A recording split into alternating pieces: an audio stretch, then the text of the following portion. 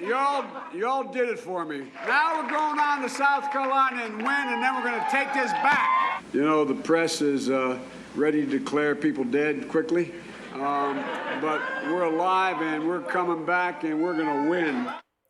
Former Vice President Joe Biden says he's making a comeback after coming in a distant second place in the Nevada caucuses. Is his move up to the ranks enough to keep his campaign afloat?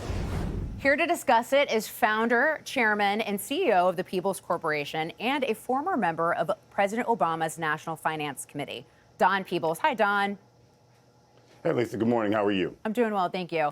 So Bernie Sanders has 28% on Joe Biden in Nevada. So, I mean, is that really a comeback for Joe Biden?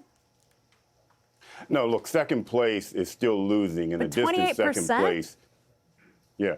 I mean, look, I think Bernie won handedly in Nevada. He's done very well in caucus states. Biden has done poorly in caucus states. I think Biden's moment of truth comes in South Carolina. I think he's got to win that and win it big. If not, I think by the time we look at Super Tuesday, Bernie Sanders may have an insurmountable lead. And I blame this a lot on the Democratic Party elites. They've sat on the sidelines.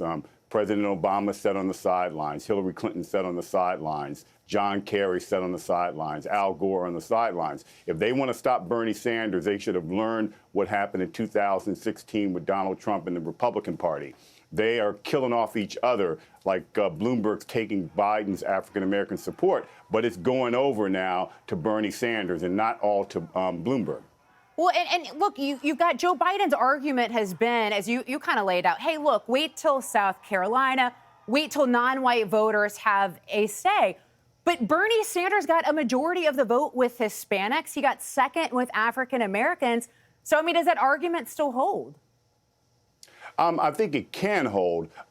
Yesterday was, I'm sure, disappointing to the vice president, but the silver lining is that it's a caucus state. Bernie Sanders' supporters are much more engaged, much more energized, and Biden's having very much a difficult time motivating voters to come out to these caucus states. But New Hampshire wasn't a caucus state. That was a primary state, and Joe Biden lost substantially in New Hampshire. Yeah. Of course, and that was Bernie Sanders' neighboring state. I mean, South Carolina, look, I don't believe that Biden is positioned to win the nomination, but I think he should be able to give it a better fight than he's given so far. I don't think Mike Bloomberg is in a position to win it either. I believe that they are killing each other off and have left Bernie Sanders kind of all to himself. And if they don't go at Bernie Sanders right now and they start calling him out on many of these issues that are motivating voters and offering an alternative, this nomination is going to get away from them. And the Democratic Party is going to have Sanders. Are you ready to embrace a socialist? No, I'm not. There's no way I could vote for Bernie Sanders as a socialist. Look, I believe things need to be shaken up. And voters on the Republican side as well thought they did, and that's how Trump got the nomination, and that's why he's president. I think these centrist Democrats need to articulate a much more aggressive vision to moving the nation forward and bringing everybody else into the prosperity that we're seeing right now. But to attack Trump and attack each other, that is a losing combination, and they will end up with Sanders as the nominee. Don Peebles, thank you. Interesting discussion. We appreciate you joining us this morning. Have a great day. Thank you for having me. Thank you.